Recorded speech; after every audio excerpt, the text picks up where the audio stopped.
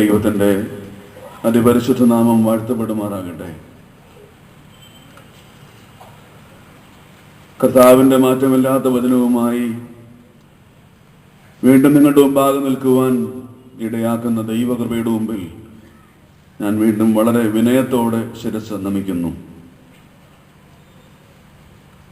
ചില കാര്യങ്ങളൊക്കെ നാം പതിവായി ചെയ്യുമ്പോൾ അത് ചടങ്ങുകളായി തീരാൻ സാധ്യതയുണ്ട്.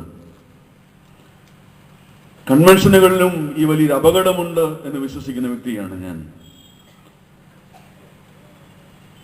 Conventions is not for conventional experiences. It should lead to conversion. അത് വെറും പതിവാചരണങ്ങളായി അധപ്പതിക്കാൻ പാടില്ല. അത് മാനസാന്തരത്തിന്റെ രൂപാന്തരത്തിന്റെ അനുഭവമായി മാറണം.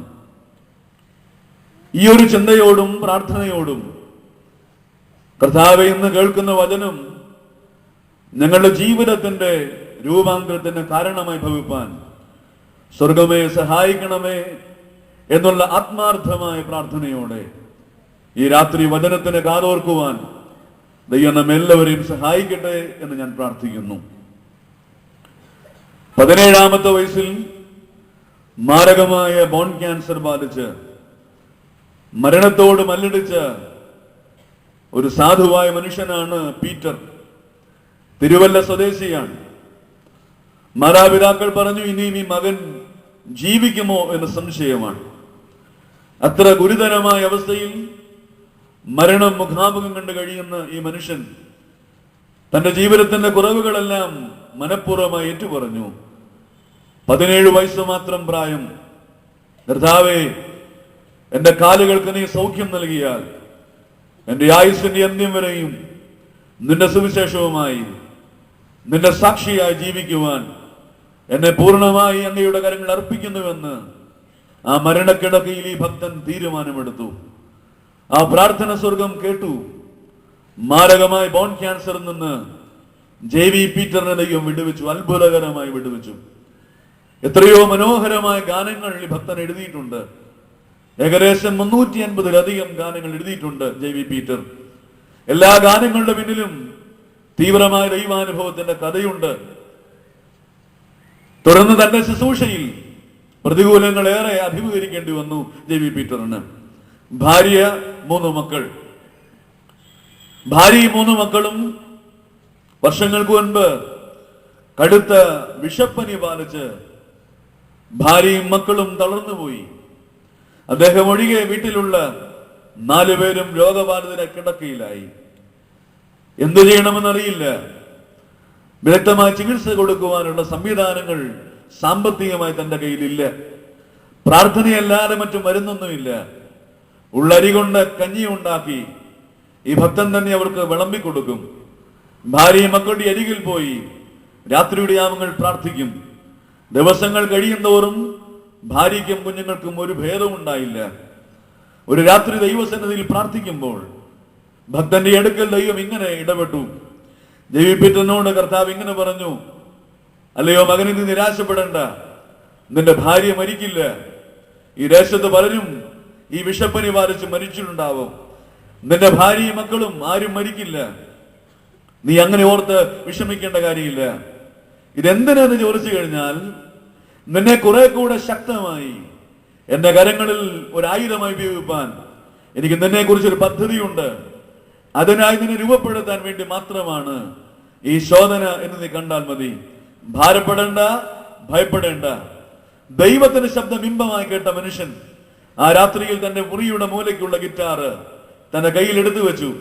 ഗിറ്റാർ കയ്യിൽ വെച്ച് മനുഷ്യൻ ഒരു കസേരയിൽ പോയിരുന്ന് ആ ഗിറ്റാറിന്റെ തന്ത്രികളിലൂടെ മനോഹരമായ പാട്ടുപാടി. നാം ഒക്കെ ആത്മാർത്ഥമായി സമർപ്പണ ഹൃദയത്തോടെ പാടുന്ന വരികൾ അന്ന് അർദ്ധരാത്രിയിൽ പിറന്ന വരികളാണ്.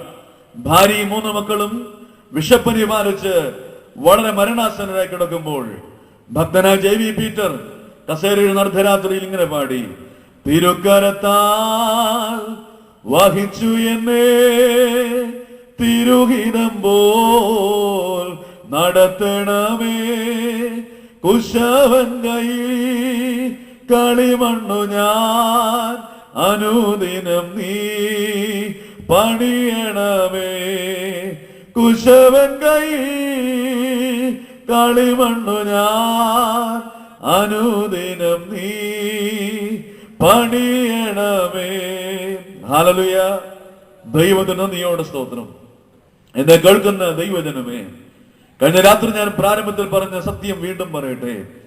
ജീവിതത്തിന്റെ പരിവർത്തി യാഥാർത്ഥ്യങ്ങളുടെ നടുവിലും കർത്താവേ നിന്റെ കരങ്ങളാൽ എന്നെ ഒന്ന് മെനയണമേ എന്ന് പാടുവാൻ അധരങ്ങൾക്ക് ധൈര്യമുണ്ടാകണമെങ്കിൽ തീവ്രമായ ദൈവാനുഭവവും ആഴമായ വിശ്വാസമുള്ളവർക്ക് മാത്രമേ സാധിക്കൂവെന്ന് പൂർണ്ണമായി വിശ്വസിക്കുന്ന വ്യക്തിയാണ് ഞാൻ. ഹല്ലേലൂയ. ഈ ഒരു വിശ്വാസ തലത്തിലേക്ക്, ഈ ദൈവാനുഭവത്തിന് തീവ്രമായ അനുഭവത്തിലേക്ക് വളരുവാൻ ഈ ചുങ്കത്തല കൺവെൻഷൻ മുഖാന്തരമാകട്ടെ എന്ന് ഞാൻ വീണ്ടും ആത്മാർത്ഥമായി പ്രാർത്ഥിക്കുകയാണ്. നമ്മുടെ ഒരുമിച്ചുള്ള ധ്യാനത്തിനായി തിരഞ്ഞെടുത്തിരിക്കുന്ന വേദഭാഗം പഴയ നിയമത്തിൽ നിന്ന് 2 രാജാക്കന്മാരുടെ പുസ്തകം 4-ാം അധ്യായം 8 മുതൽ 37 വരെയുള്ള വാക്യങ്ങളാണ്. ദീർഘമായ വേദഭാഗം വായിക്കുന്നില്ല. അതിൽ പ്രധാനപ്പെട്ട 4 വാക്യങ്ങൾ മാത്രം ഞാൻ വായിക്കാം. 2 രാജാക്കന്മാരുടെ പുസ്തകം 4-ാം അധ്യായം 8, 13, 22, 30 വാക്യങ്ങൾ. 8-ാം വാക്യം. ഒരു ദിവസം എലീശ ശൂനേമിലേക്ക് പോയി. അവിടെ ധനികയായ ഒരു സ്ത്രീ ഉണ്ടായിരുന്നു. അവൾ അവനെ ഭക്ഷണത്തിന് വരേണമെന്ന് നിർബന്ധിച്ചു. പിന്നത്തേതിൽ അവൻ ആ വഴി കടന്നു പോകുമ്പോഴൊക്കെയും ഭക്ഷണത്തിന് അവിടെ കയറും. 13-ാം വാക്യം. അവൻ അവനോട്, നീ ഇത്ര താല്പര്യത്തോടൊക്കെയും ഞങ്ങൾക്ക് വേണ്ടി കരുതിയല്ലോ, നിനക്ക് വേണ്ടി എന്ത് ചെയ്യണം?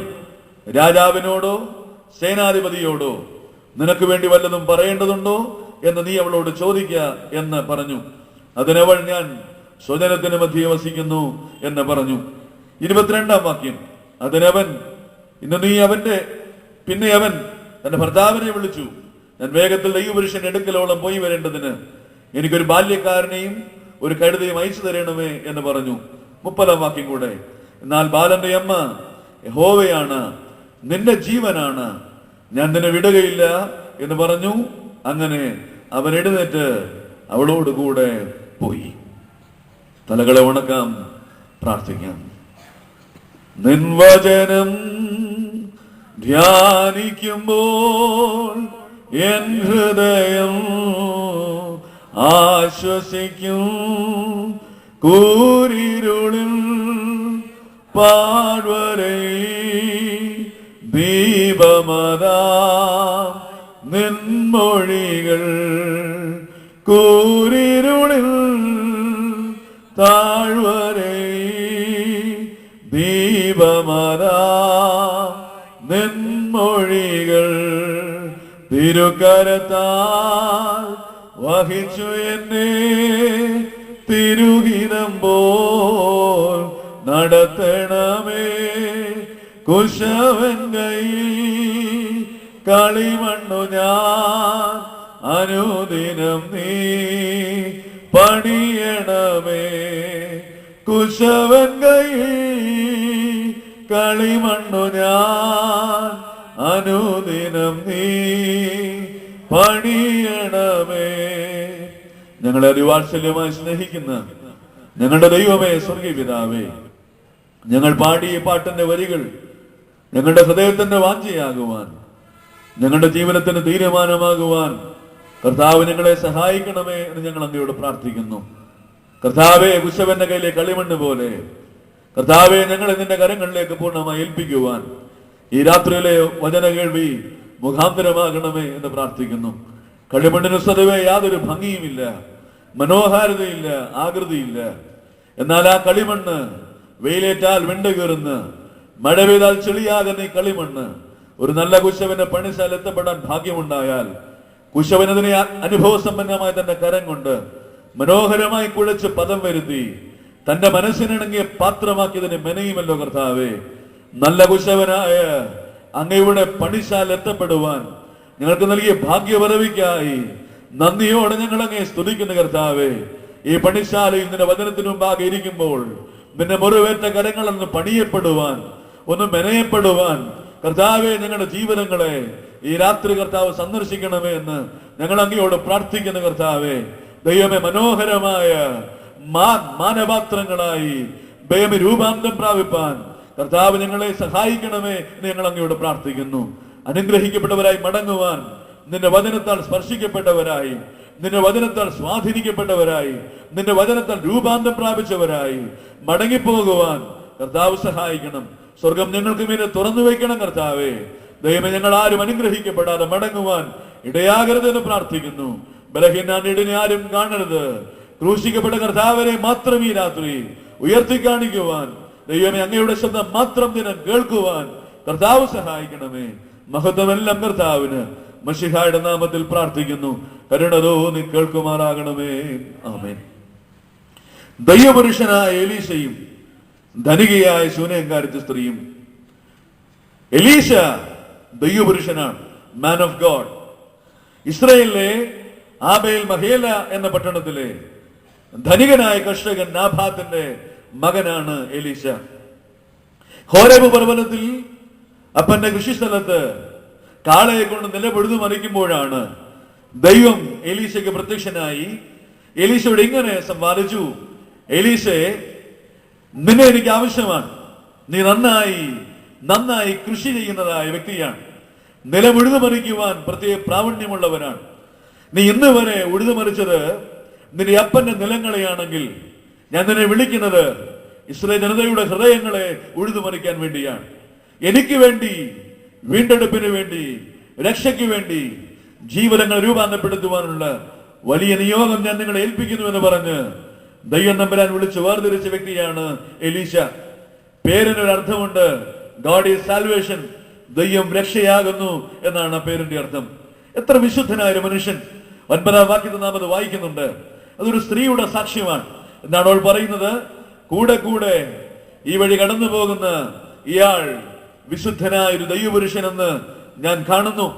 കൂടെ കൂടെ ഈ വഴി കടന്നു പോകുന്ന ഇയാൾ വിശുദ്ധനായ ഒരു ദൈവപുരുഷനെന്ന് ഞാൻ കാണുന്നു. വിസിബിൾ ഹോളിനെസ് ആണ്, ദൃശ്യമാകുന്ന വിശുദ്ധിയാണ്. അയ്യോ, ഞാൻ ഇന്നലെ കണ്ടു എത്ര വിശുദ്ധനായ മനുഷ്യൻ. ഇന്ന് കണ്ടപ്പോൾ വിശുദ്ധിയുടെ മാറ്റു വർദ്ധിച്ചിരിക്കുന്നു. നാളെയോ അതിനേക്കാൾ വിശുദ്ധനായി അവന് വെളിപ്പെടുന്നു. റെഗുലാരിറ്റിയുള്ള ഹോളിനെസ്, നഷ്ടപ്പെടാത്ത വിശുദ്ധി, എവർ ലാസ്റ്റിംഗ് വിശുദ്ധി. എത്ര വിശുദ്ധനായ ഒരു മനുഷ്യൻ. ഒരു സ്ത്രീയുടെ സാക്ഷ്യമാണ്. ഹല്ലേലൂയ. ദൈവത്തിന് നന്ദിയോടെ സ്തോത്രം. ഇവിടെ ഞാനൊരു സങ്കടം പങ്കുവെക്കട്ടെ. ഇന്ന് ദൈവത്തിന് ആവശ്യം വിശുദ്ധരെയാണ്. ശുശ്രൂഷകർ ധാരാളമുണ്ട്, നേതാക്കന്മാർ ധാരാളമുണ്ട്, കമ്മിറ്റി സ്ഥാനങ്ങൾ അലങ്കരിക്കുന്നവർ ധാരാളമുണ്ട്, വൈദികർ ധാരാളമുണ്ട്, സുവിശേഷകർ ധാരാളമുണ്ട്, ആത്മീയ നേതൃത്വം വഹിക്കുന്നുവെന്ന് ചിന്തിക്കുന്ന ആളുകൾ ധാരാളമുണ്ട്. ദൈവത്തിന് പക്ഷേ ആവശ്യം വിശുദ്ധിയുള്ളവരെയാണ്. വിശുദ്ധിയുള്ളവരെയാണ് ഇന്ന് ഭവനങ്ങൾക്ക് ആവശ്യം. വിശുദ്ധിയുള്ളവരെയാണ് ഇടവുകൾക്ക് ആവശ്യം. വിശുദ്ധിയുള്ളവരെയാണ് ഈ ദേശത്തിന് ആവശ്യം. വിശുദ്ധിയുള്ളവർക്ക് മാത്രമേ ഈ ദേശത്തിന് വിടുതലിന് വേണ്ടി, വ്യക്തി ജീവിതങ്ങളുടെ രൂപാന്തരത്തിന് വേണ്ടി, കുടുംബങ്ങളുടെ രൂപാന്തരത്തിന് വേണ്ടി ഒരു ചെറുവിരലെങ്കിലും അനക്കുവാൻ സാധിക്കുമെന്ന് പൂർണ്ണമായി വിശ്വസിക്കുന്ന വ്യക്തിയാണ് ഞാൻ. ദാവീദ് 4-ാം സങ്കീർത്തനത്തിൽ ഇങ്ങനെ തന്റെ കിന്നരത്തിലൂടെ പാടിയല്ലോ: യഹോവ ഭക്തനെ തനിക്കായി വേർതിരിച്ചിരിക്കുന്നു. അതേ ദാവീദ് 12-ാം സങ്കീർത്തനത്തിൽ തന്റെ അതേ കിന്നരം കൊണ്ട്, അതേ കരങ്ങൾ ഉപയോഗിച്ച് ആ യതരത്തിലൂടെ ഇങ്ങനെ പാടേണ്ടി വന്നു: യഹോവേ രക്ഷിക്കണമേ, ഭക്തന്മാർ ഇല്ലാതെ പോകുന്നു, വിശ്വസ്തന്മാർ മനുഷ്യപുത്രന്മാരുടെ ഇടയിൽ കുറഞ്ഞിരിക്കുന്നു. അയ്യോ, എത്ര സങ്കടത്തോടെ, എത്ര ആത്മഭാരത്തോടെ ദാവീദ് പറയുന്നു: യഹോ ഭക്തനെ വേർതിരിച്ചു. സത്യമാണ്, പക്ഷേ ഭക്തന്മാരില്ല, വിശ്വസ്തന്മാരില്ല, വിശുദ്ധന്മാരില്ല. എന്നെ കേൾക്കുന്ന പ്രിയപ്പെട്ടവരെ, ആത്മാർത്ഥമായി പ്രാർത്ഥിക്കുന്ന കർത്താവേ, ഈ ആയുസ് തീരും മുമ്പേ ഈ ഭൂമിയിൽ ഒരു വിശുദ്ധനായി ജീവിക്കുവാൻ, ഒരു വിശുദ്ധിയായി ജീവിക്കുവാൻ, ഒരു ദൈവബദ്ധനായി ജീവിക്കുവാൻ, ദൈവത്തിന്റെ മകളായി ജീവിക്കുവാൻ, എന്നിട്ട് മരിക്കുവാൻ ഭാഗ്യം നൽകണമേ എന്ന് ആത്മാർത്ഥമായി എത്ര പേർ ഈ രാത്രി പ്രാർത്ഥിക്കും. ഈ ഒരു ആത്മഭാരം നമുക്കുണ്ടാവണം. കർത്താവേ, ഞങ്ങളുടെ സഭയ്ക്ക് വിശുദ്ധന്മാരെ നൽകണം, വിശുദ്ധിയുള്ളവരെ നൽകണം, ഞങ്ങളുടെ ദേശത്തിന് അവരുടെ രൂപാന്തരം നൽകണമേ എന്ന് ആഴമായ പ്രാർത്ഥന ദൈവസന്നിധിയിൽ ഉണ്ടാകട്ടെ. പ്രിയരെ, ശൂനേംകാരത്തി സ്ത്രീ, അവൾ ആരാണ്? പേരില്ലാത്തവളാണ്. കർത്താവിന് പേര് പ്രസക്തമല്ല. അവളുടെ പേര് പറയുന്നില്ല. ശൂനേം ദേശത്ത് പാർത്തിരുന്ന സ്ത്രീ, അതുകൊണ്ടാണ് അവളെ ശൂനേംകാരത്തി എന്ന് പറയുന്നത്. പേരില്ലാത്ത എത്രയോ പേർ വേദപുസ്തകത്തിലുണ്ട്. 4-ാം അധ്യായത്തിന്റെ ആരംഭവാക്യങ്ങൾ നാം ഇങ്ങനെ വായിക്കുന്നുണ്ട്: പ്രവാചക ശിഷ്യന്മാരുടെ